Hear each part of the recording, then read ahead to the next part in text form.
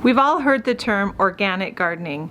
What is organic gardening? What makes it different from regular gardening, and why does it matter?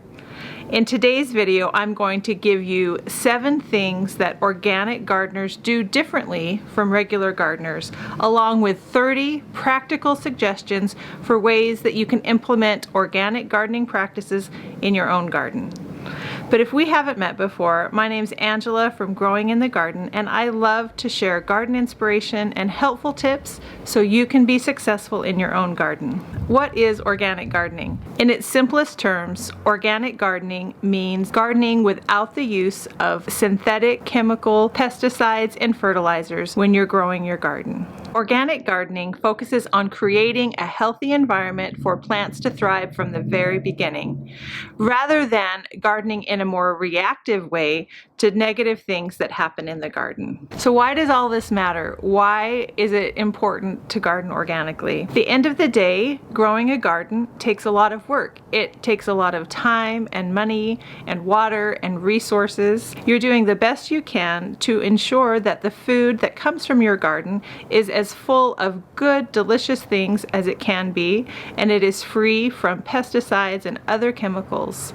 Your garden is also a better place at the end of organic gardening. It's kind of like that thing I'm always telling my kids when we go somewhere, that they need to leave it better than they found it. That's what we're doing with organic gardening. We're creating an environment in our gardens and in our soil, and we're leaving that environment better than we found it. The first principle is to focus on the soil, not the plant. Synthetic and chemical fertilizers are a quick way to give nutrition right to the plant, and that is often a quick fix for problems in the garden. Instead, when you add organic matter and organic fertilizers to the soil, you're actually feeding the soil, which will in turn feed the plant.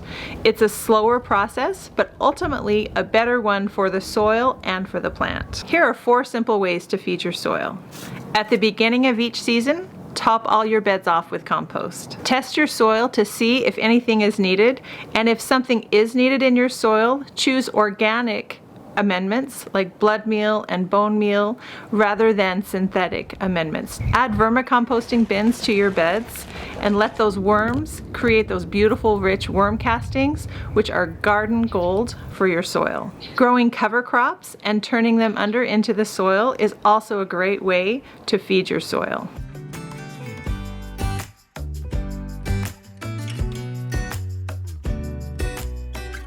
The second thing that organic gardeners do differently is they aim to prevent diseases rather than just reactively treat diseases that they see in the garden. Here are a few ways to help prevent diseases in your garden.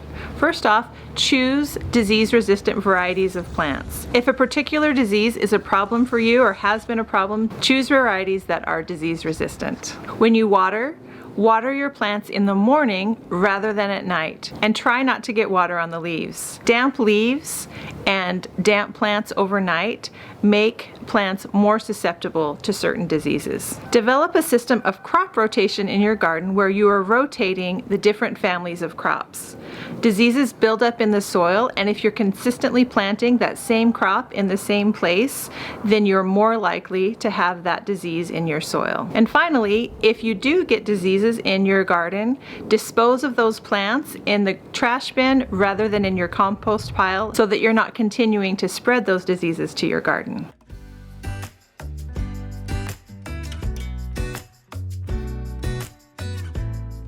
The third thing that organic gardeners do differently is weeds. Weeds are a common nuisance in the garden, and sometimes it's difficult to get on top of them. Here are a few things that you can do to manage weeds without the help of chemicals. Manually pull weeds before they go to seed, and you're removing hundreds of seeds usually, and you're removing that plant from your garden. If you leave that weed in place and then allow it to go to seed and it's dropping seeds, it's really a vicious cycle, and it's hard to get on top of that.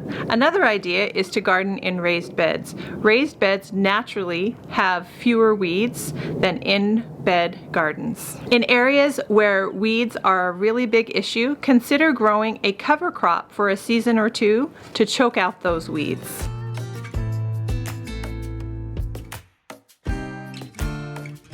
The fourth principle for organic gardeners is to focus on having a healthy enough plant that a little bit of pest damage isn't going to be a huge issue. One of the most important things that you can do for healthy plants is to water consistently. Understand correct watering principles and apply them in your garden.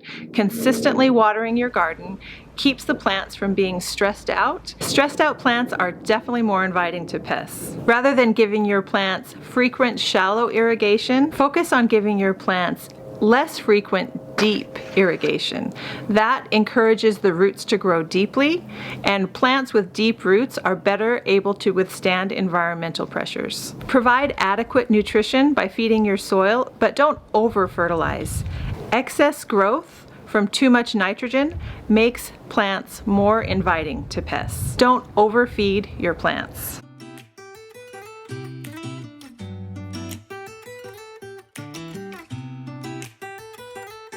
The fifth thing that organic gardeners do differently is to manage pests mindfully.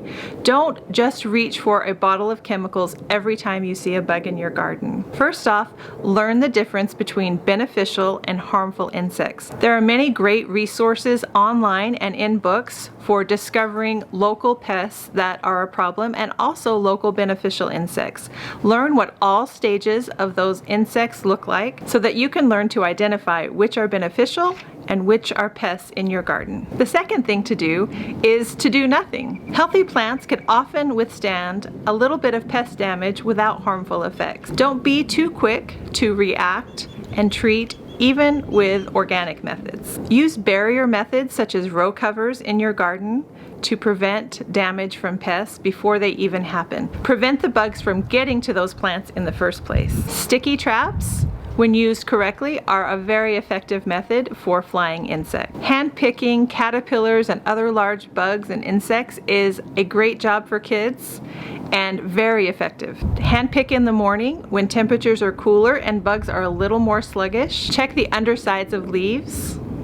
That's often a favorite hiding place. Spraying off just with water is often a very effective treatment as well. Using BT is effective on certain caterpillars and leaf-eating bugs.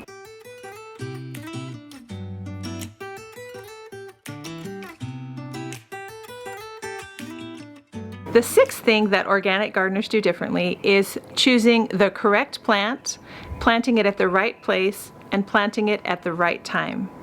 As gardeners, we often like to stretch the boundaries of what can grow in our area, but this is often really stressful on plants. And when plants are stressed out, they're more inviting to pests and diseases.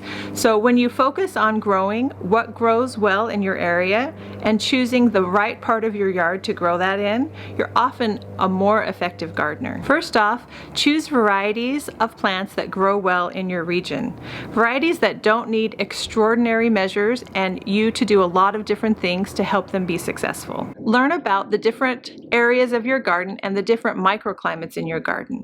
Do you have an area that gets a little cooler or a little warmer, or an area that often has excess moisture or is a little bit drier? Select varieties of plants that are adapted to grow well in those particular areas. And finally, use a planting guide meant for your local area. Plants have a preferred growing temperature that they grow well at. When you plant at the preferred growing temperature for that plant, they're much more likely to thrive.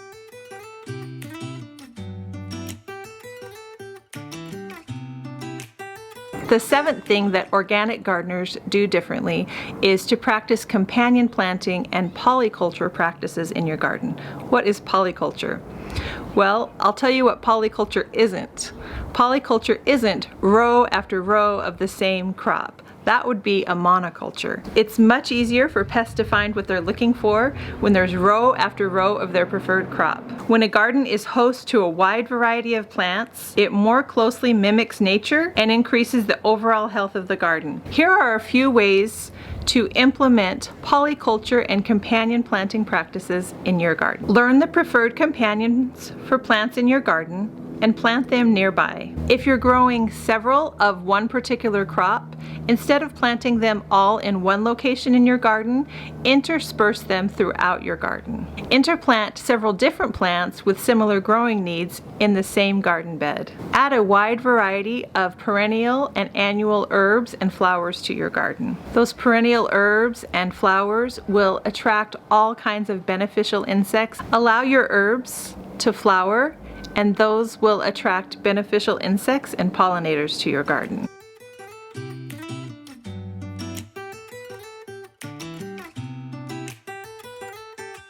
Over time, the compound effects of implementing organic gardening practices in your garden will continue to grow and build. Begin where you are and implement the practices that seem the most doable and the most reasonable to you. As you implement and use these practices, the benefits will continue to grow in your garden.